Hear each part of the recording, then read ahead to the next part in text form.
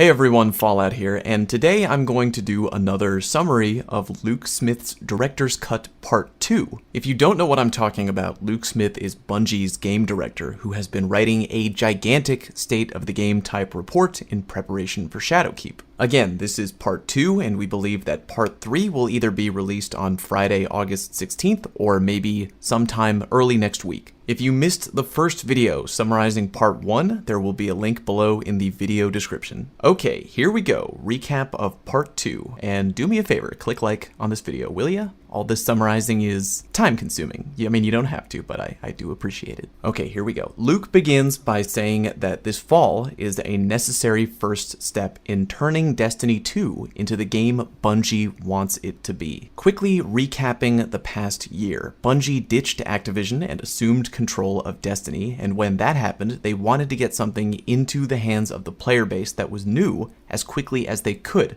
which apparently is what Shadowkeep is. Bungie is pairing Shadowkeep with a free entry point, which we all know, called Destiny New Light, to welcome new Guardians into the game. Bungie wanted to bring Destiny 2 to new platforms to keep heading towards the whole "you can play Destiny anywhere" goal, referring to Steam and Google Stadia. Bungie is taking the initial steps towards building Destiny as a single evolving world. And they're doing all of this while cranking out a bunch of the system changes that they've talked about and will continue to talk about heading into Shadowkeep. Moving on to the first big chunk of text called "The Care and Feeding of the RPG. Add depth, improve customization." Before diving into that though, Luke quickly sidetracks, wanting to clarify a little bit about microtransactions in Destiny, which he feels he wasn't super clear about in Director's Cut Part 1. He clarifies Destiny has and will continue to have weapons, armor, ghosts, ships, sparrows, and shaders that you will earn from activities to prove to other players looking at you that yeah, you did the thing required to earn that reward. You beat the raid, you did this, you did that, and you got your reward. According to him, that is not changing. What Bungie is doing with the new armor system is saying, find the perks that you want, find the look that you want, and pursue that armor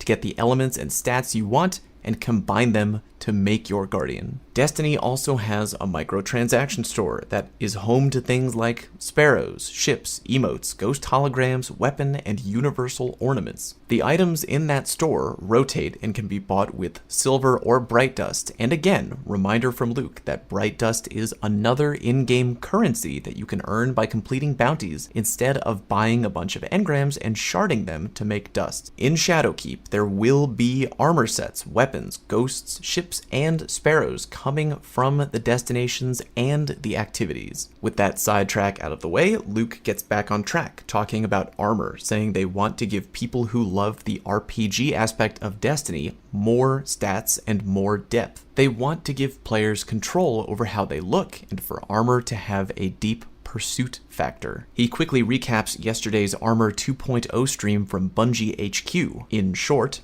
armor now has an energy meter ranging from 1 to 10. You can use materials and currency to level up the energy value on a given piece of armor. Mods have both an energy cost and an elemental affinity. In order for a mod to be equipped, your armor needs to have rolled the correct element and have enough energy available. Example, your hand cannon reloader costs 3 void energy to equip, so your armor must have rolled void, and you must have 3 energy available in order to use it. When you get a mod in-game, it's like getting a perk that you can put on all armor. So if you've found Enhanced Hand Cannon Reloader from a pinnacle activity, you can socket that mod into any new armor that meets its criteria. And again, the mod is not consumed when you use it, i.e., unlimited mod use. Luke clarifies that here are the elements of armor that can roll randomly. Elemental affinity rolls between Solar, Arc, and Void. Armor's starting energy value can roll randomly as well, but they can all be leveled up to 10, and stats will all roll random values, and by stats,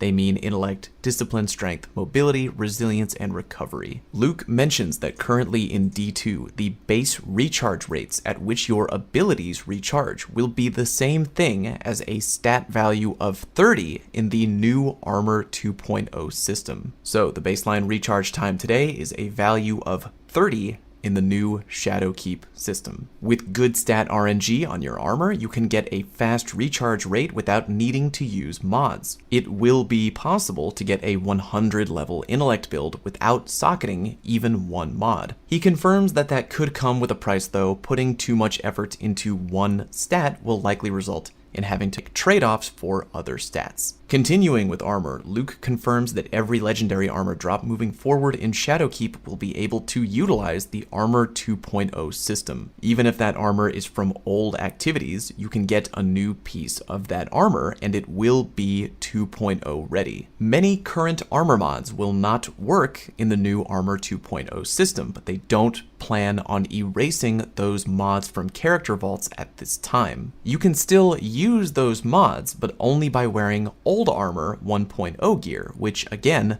Bungie has no plans on deleting. Cooldown durations will change as the new system gets brought into the game, and you'll be able to see the cooldown timers of your legacy armor when the Shadowkeep patch goes live, thank God. Luke believes that when Shadowkeep first drops, a lot of hardcore players will likely continue using their God-rolled 1.0 armor sets if they happen to be fully kitted out with the hottest rolls. The more time that we, the players, spend in Shadowkeep though, it's more and more likely that we will begin to acquire the super hot fire Shadowkeep armor mods and slowly will transition over to building new full sets of 2.0 armor. In short, there will still definitely be a use for all current God roll armor sets that you may have collected up until now. If you're a new player though, or if you have a bunch of terrible non-God rolled armor at the moment that you don't care about, the transition to building your 2.0 armor set will likely happen much faster. Ultimately, they want the speed at which you transition to Armor System 2.0 to be your choice. Next big chunk of text, the pursuit of power, increasing player agency. Bungie wants the act of chasing power and stats for your build to be something that you, the player, have more control over. Luke admits they've had a long-standing challenge in Destiny of making XP matter, and that feels like a real growth opportunity for Bungie to do new things. Carrying on, Luke mentions that the number of powerful sources in D2 exploded during the annual pass, and they're working on curating down the sources available in Shadowkeep. Bungie's goal is to get the number of powerful sources closer to what it was at Forsaken launch. In Shadowkeep, the new system will advertise a consistent expected powerful reward regardless of your power relative to it. The team at Bungie feels that reaching max power can be a medium-term goal for most players. On the subject of prime engrams, they'll begin dropping once you hit power level 900, and you'll accumulate changes to them as you make your way from power level 750 to level 900. They're increasing the number of prime engrams you can earn in a given week and rebalanced the value of each one to account for the increase in volume. For world drops, Luke admits they often feel like a waste. To get away from that, Bungie is making changes that allow these drops to help players progress beyond the soft cap. World drops in Shadowkeep will have a chance to drop at a player's current power level. They're making that change because they feel the world legendaries are too undervalued right now. On the subject of preparing for new light, Luke makes it clear that one of their key goals at Bungie is eliminating barriers between friends. One of those barriers, he feels, is power level. Bungie dislikes the idea of having friends not be able to play together right away due to large differences in power level. In short, it would suck if you convinced a friend to pick up Destiny, then said, yeah, I'll play with you in 100 hours when you finally get your power level up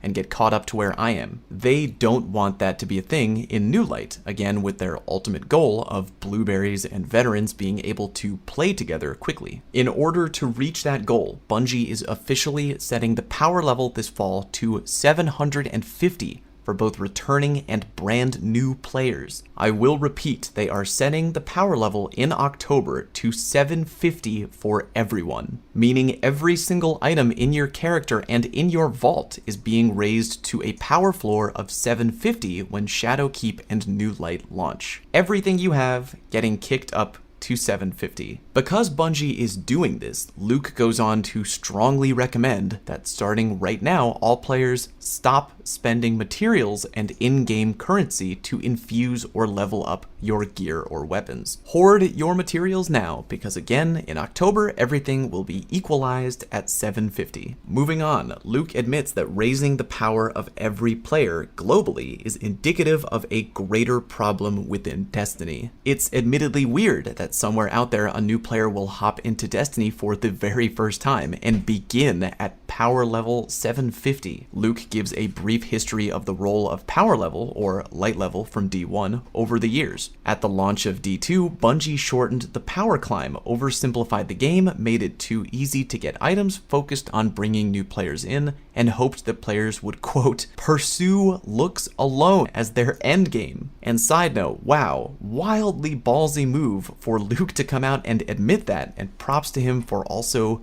openly admitting, hey, they were wrong about that. During that period, they made it so players didn't need to raid or play Nightfalls to reach max power, and over the course of the year, the number of powerful sources continued to rise. In Shadowkeep, Bungie is going to attempt to do some things differently on that front. First of all, they are introducing a seasonal artifact, which will be unique and thematic to each season. As your artifact levels up, it can do a few things. It becomes a source of seasonal artifact mods, which apparently are unique mods that can be equipped only during that artifact's season. And second, the seasonal artifact can award players a power bonus, but that bonus is not applied to gear, but instead to all your characters. That is meant to give players who can't or don't want to play pinnacle activities a seasonal path to power. So even if a player doesn't want to raid, doesn't want to play Iron Banner, or other activities they have yet to announce, they still have a high power value for that season. Each season there will be a new artifact with new mods that change how you